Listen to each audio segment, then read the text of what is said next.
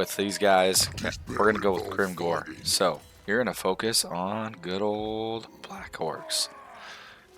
Black Orcs are your bread and butter. They're armored and armored piercing. They have melee damage. And they have a ton of hit points. So, I would definitely recommend getting lots of Black Orcs, which is a higher tier unit, so you're going to want to go with growth early in the campaign. His starting army is with some Black Orcs, spears, Orc Boy infantry, some Goblin archers which have terrible leadership, so you cannot let anything touch these in melee or they're pretty much doomed. The Orc Boar big ones, which are great anti-large, but I would not get them into a melee combat with a big group. And then you have your catapults, which are an amazing artillery piece, and they're almost like a homing missile. So let's go ahead and take a look on the map. As you can see here, Grimgor is situated right in the mountains, and there's a chaos on the north and on the south, but good old Lustria on the other side and all these other amazing places. You're going to have to travel, so if you're going to go that way, you would have to teleport via one of these sea lanes. Alright guys, so the cool thing about Grimgor is he also has an increased hero capacity, so if you guys like heroes, that's a way to go. Increased battle loot, so he just rampages, minus upkeep for these Black Orcs. He's got increased battle range after he wins a battle, so if you sack a place, you can gain some movement range back. And then also he has this army ability. So let's dive right on in. Okay. So with Grimgor, if you guys are veterans of this, you already know. But if not, this guy is literally a powerhouse. So we're gonna add the Goblin Big Boss to his army. You're the boss. Okay. The cool thing about Grimgor is he's a great one-on-one legendary lord. So you can basically put him in any firefight, one-on-one melee, but he will get picked apart by archers and anti-large if you're not careful. So definitely use him as a lord killer. Let's go right in. We're gonna just take this guy out. Close victory.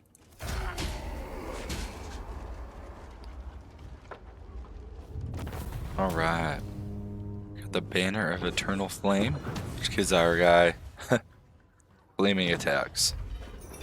So this goes on their base weapon. So you probably want to put it on like the Orc Boys. Or maybe the Orc Boy Big Guns. Or Doom Diver Catapults. That would be the one. Yep. So with these guys, they're going to replenish fairly quickly. They're cheap. So we're going to go for the money so we can get some more units. Alright. So we already engaged the enemy. Okay, it's going to give us some more missions here to capture that settlement, but before we do that, let's look at the skill tree. So with Grimgor, if you guys don't know, he has a high amount of armor, which means he's super effective against lords that don't have magic attack. If they have magic attack, guys, that armor is useless for the amount of magic attack. The other thing with him, if you take a look at his abilities, okay, he has siege attacker, so you can pretty much attack anything. Any type of large settlement, okay? So, we're going to give him the route marcher, so he has a little bit more movement room. Ready for murdering.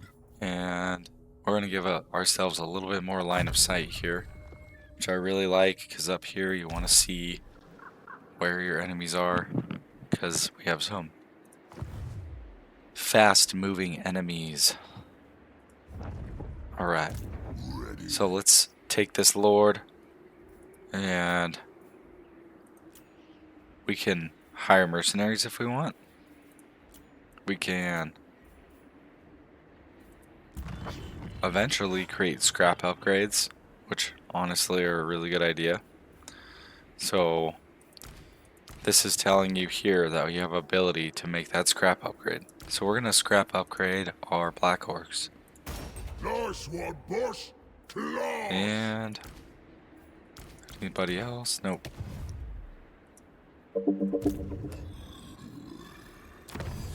Okay, so we're gonna take the tech tree. Now we don't want goblins right now, so we're gonna go for the orcs. We want them eager to fight. Okay, so building upgrade. We definitely want to get to our black orc big boss quickly, so we're gonna grab that. And we can also get these squig hopper cavalry by just getting this, which also can reduce the recruitment cost for them. So if you guys like squigs, it's not a bad idea. But we're going to be focusing on black orcs to make him the most powerful. So let's get a little economy going here. You can get income coming in every single turn, or the growth, or the battle loot. So we need to get some growth at the beginning, but we will wait to do that till we get a main settlement. But for right now, let's get some income.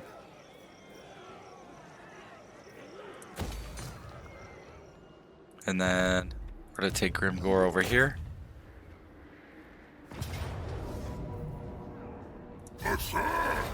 Can encircle that. Let's see what minute mercenaries. What do we want? These guys are anti-infantry. These guys are damage dealers. Okay, so around here we're gonna want some of both. Now we go back in, decisive victory, take that in. Okay, now you can't get more scraps if you raise settlements, which is not a terrible idea out here, but at the beginning we're gonna loot and we're gonna occupy.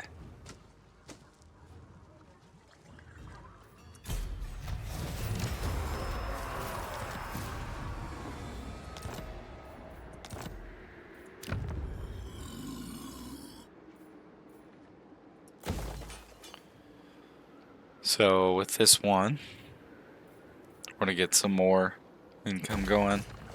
So next turn we should have an extra 500 income, or I mean in 2 turns, by turn 3.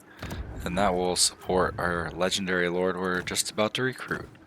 So with these guys, they don't have very much magic coming out the beginning, so I would recommend a orc savage shaman.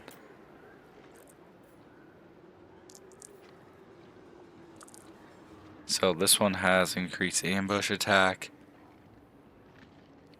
and this one has reduced vigor loss, so we're gonna get that one. And then Grimgor is going to recruit. We're gonna grab some snotling wagon and an orc boy. And then this dude can chill here in Raiden stance.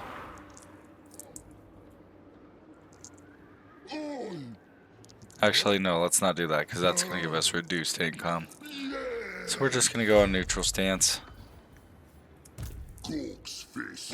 And we will pull Grimgor out of this place, put him in. Now he can recruit through here. So probably the best way to go, cheapest upkeep. You're gonna get some orc boys, and then Grimgor is going to recruit here. So We're gonna recruit some skill points. We're gonna inspire our troops. And then Guess what Morg you can wants? get weapon strength increased 10% or income from battle loot increased by 3%. So realistically, at the beginning, this is where you want to go. Get that economy ripping. Look at the diplomacy. If you click quick deal, we can run through. And basically nobody wants to be friends with us.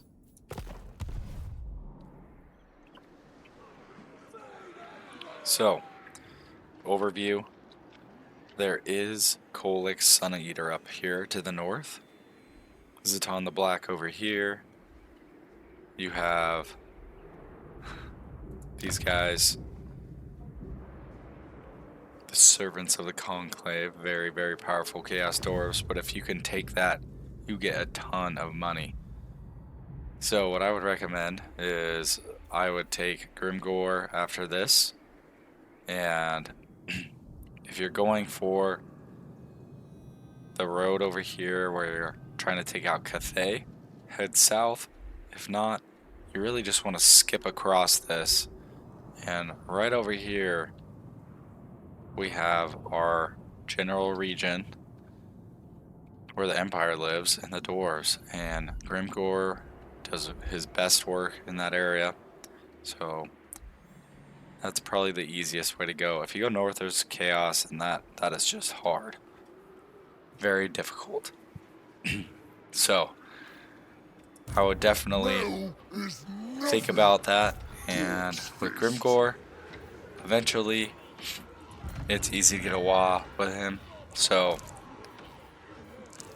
before we're gonna finish up, we're gonna give these guys some padded shields, and Anymore. that should be just about it for the turn, guys. So Titan Prime out. Subscribe. 'Cause I the best.